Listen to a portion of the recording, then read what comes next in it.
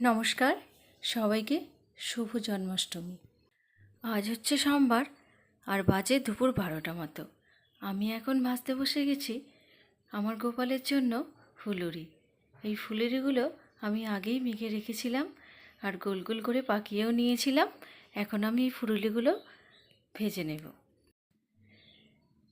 এইবার ফুলুরিগুলো আমার ভাজা হয়ে এসেছে। এই যে দেখুন, লাল লাল হয়ে গেছে। এইবার এই ফুলুরিগুলো আমি তুলে নেব।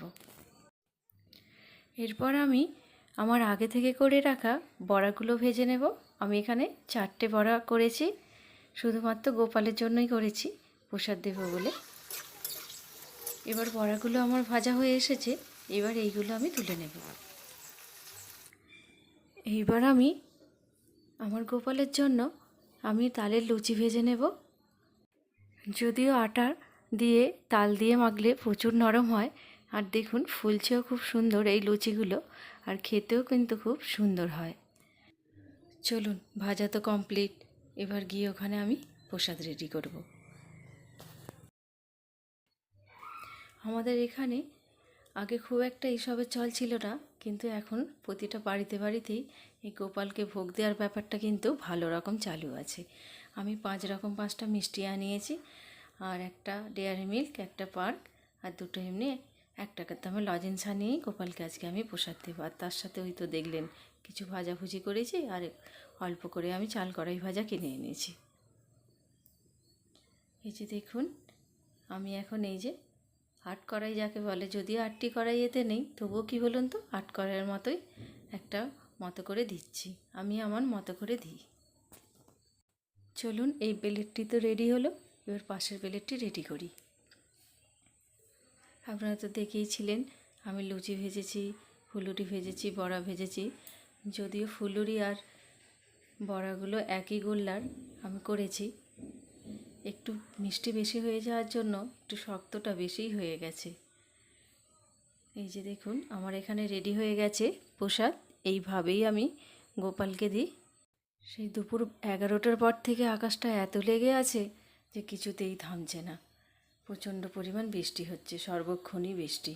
এই যে দেখুন, আর জোরে জোরে বজ্রপাত পড়ছে।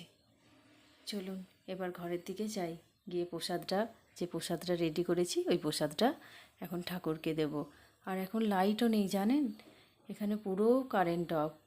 কোনো রকমে একটা টর্চ লাইট জেলে আমি এই কাজটি করছি।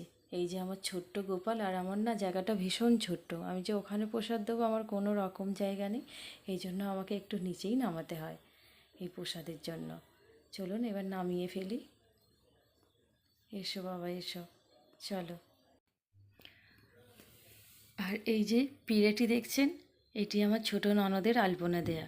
আর এই গোপালটিও কিন্তু আমার ছোটো ননদেরই গিফট করা। যখন আমার ছেলে আমার পেটে ছিল তখন আমার ছোটো ননদ এটি আমায় কিনে দিয়েছে।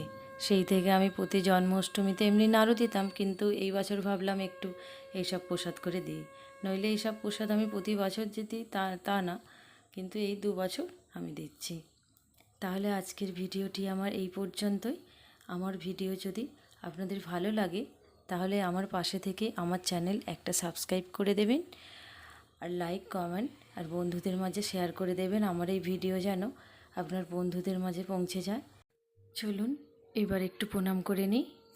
এই যে দেখুন, আমি এইভাবেই সাজিয়ে করি প্রতি বছর। এখন আমার ছোট্ট আয়োজন।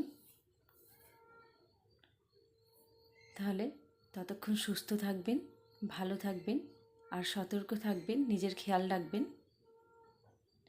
নমস্কার।